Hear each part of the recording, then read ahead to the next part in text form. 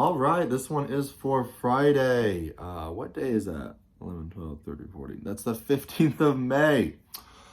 So we have the same complex that we did for the snatches now with our clean, right? They're all singles. You're catching at the power, pausing, catching at the power, pausing, then catching the clean to the bottom of it, pausing, standing up. It's every 90 seconds for 10.5 minutes.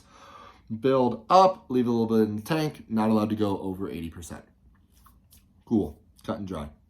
Now, what we got going on here for the workout. Every 4 minutes for 60 minutes, we have 7 unbroken deadlifts, 8 to 12 toes to bar, 200-meter run. So now we're getting into some dynamic kipping. We want to be very, very cognizant of people with that. What I mean by that is people that have not hung on the bar at all during the quarantine, go to 8 of them. All right, people that have, competitors that just have worked on it, go for that 12. Also, with that, we don't want to be going into singles. Hell, we don't even want to go doubles here. All right, we are looking for, honestly, people are going to need to go unbroken on their sets for this to get any sort of rest. Then we have a 2-meter run, a 200-meter run. We're looking for each round to take them about 2 minutes, maybe 2.5. I don't really want it to, but today is just for load. So it's 7 unbroken deadlifts. You are increasing weight every single time on the deadlift. That is time for you to have your coach's eye out, and you need to pay attention. All right, 7 is quite a bit, especially under a little bit of fatigue like we're at now. If you remember on Wednesday, I did for time and load on that. Not for this one, just because it is the deadlift and it's a higher amount of volume on it. It's just for the load.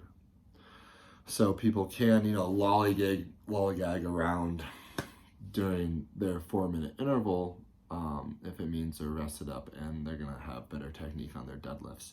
But for our deadlifts, this cycle, each week we're just gonna decrease the amount of volume that we're doing and up the weight.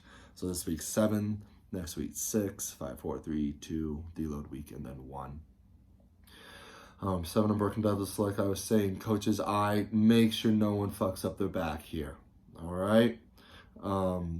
People with huge egos probably have the most chance to screw themselves up, but we don't want that.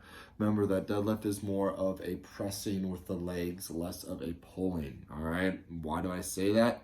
When we think about and we physically try to press our feet into the ground, get those hamstrings involved, get those glutes involved, get those erectors not as involved. Now, if we're thinking about pulling, especially if our butt comes up first, we can do that for a while. Our hamstrings can deal with that.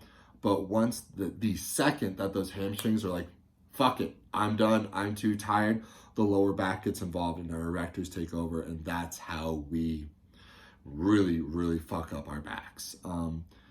Nick Pacifico always complains about his snatch where his lower back hurts even when he's doing 50-pound dumbbell snatches. It's because he doesn't push his feet into the ground, his butt comes up first, and he's not properly set up with the shoulder blades rolled back. So, push your feet into the ground, nice setup every time. Yes, it is for a load, but always technique over load, especially since it's the first week back. If you have any questions, let me know. Bye.